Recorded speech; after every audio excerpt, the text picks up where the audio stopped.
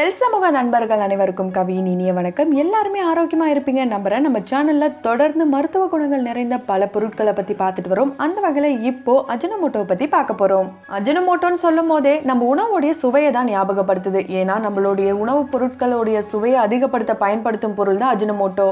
இது ஒரு வகையான சுவை தர உப்புன்ற விஷயம் நம்ம எல்லாருக்குமே தெரியும். ஆனால் அஜினோமோட்டோன்றது இந்த உப்போடைய ரியல் நேம் கிடையாதுங்க. ஏன்னா இது ஒரு பிராண்டோடைய நேம்.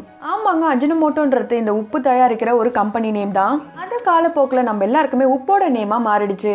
நம்ம எல்லாருமே பொதுவாக இதை ஒரு சில உணவுல மட்டும்தான் சேர்ப்போம். ஆனால் சைனீஸ் ஃபுட் எடுத்துக்கிட்டோன்னா இந்த உப்பு இல்லாத ஃபுட்டே நம்ம பார்க்க முடியாது. ஏன்னா அவங்க நார்மலாகவே அஜினோமோட்டோ தான் யூஸ் பண்ணுறாங்க.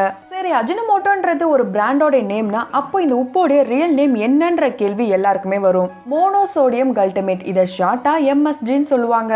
மெடிசன் சைட்ல பார்க்கும்போது இதை ஸ்லோ கில்லர் சொல்லுவாங்க. அளவுக்கு மிஞ்சினால் அமிர்தமும் நஞ்சுன்னு சொல்லுவாங்கல்ல, அந்த மாதிரி இதை டெய்லி நம்ம உணவுல சேர்க்கும் போது நமக்கு உடலுக்கு தீங்கு தான் விளைவிக்குது. இந்த உப்பு ஆரம்ப காலகட்டத்தில் மருத்துவத்துக்கு தான் பயன்படுத்தினாங்க. அதாவது கடல் படுக்கையில வளர்ற பூஞ்சை அண்டு பாசி செடி இதை ரெண்டுத்தையும் மிக்ஸ் பண்ணி தான் இந்த உப்பை தயாரிச்சிருக்காங்க.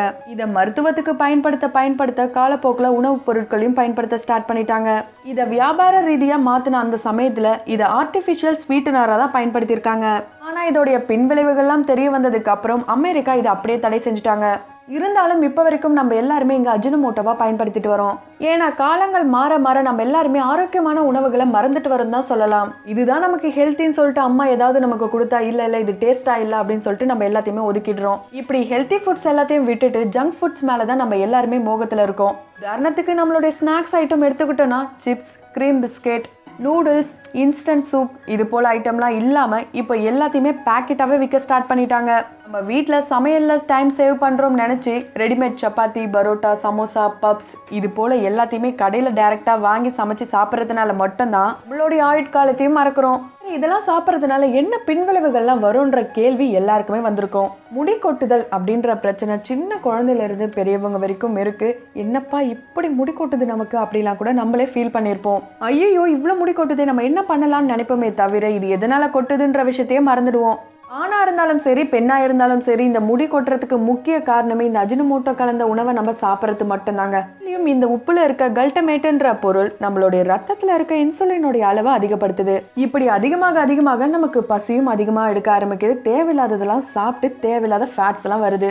குழந்தைங்களோ இல்லை கர்ப்பிணி பெண்களோ இவங்க யாரு சாப்பிட்டாலுமே கண்டிப்பா அவங்களுக்கு இந்த பொருள் விஷப்பொருள் தான். நம்ம காரணமே இல்லாம ஒரு சமயத்துல ரொம்ப ஹாப்பியா இருப்போம். அதே காரணமே இல்லாம சில சமயத்துல ரொம்ப சோர்வா இருப்போம். அதுக்கு காரணமும் இந்த உப்பு தான். இதை டாக்டர்ஸ் என்ன சொல்றாங்கன்னா over stimulations of nerve system அப்படின்னு சொல்றாங்க.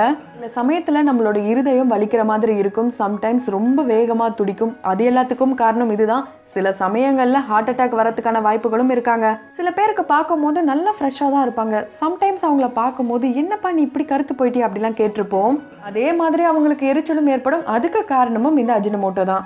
இங்க நிறைய பேருக்கு பிபி, தைராய்டு, சுகர், அதிக வேர்வை, கண் குறைபாடு இது போல பிரச்சனைகள்லாம் வரும். அதுக்கு காரணமும் இந்த அஜினோமோட்டோ தாங்க. நம்ம எல்லாருமே நினைப்போம் இது எல்லாருக்குமே காமனா வருது, இது ரொம்ப பெருசா எப்படி மாற போறது இல்லை அப்படின்லாம் நினைப்போம். ஆனா இது புற்றுநோயா மாறதுக்கான வாய்ப்புகளும் இருக்கு. எல்லாத்தையுமே கேட்டு உடனடியா எல்லாத்தையும் மாத்தணும்னு அவசியம் இல்லை. கொஞ்சம் கொஞ்சமா நம்மளோட உணவுப் பொருட்களை அஜினோமோட்டோ கலக்கிறத கம்மி பண்ணிடுங்க. சுவையை பார்க்காம ஆரோக்கியமான உணவுகளை சாப்பிட்டு ஆரோக்கியமா வாழுங்க.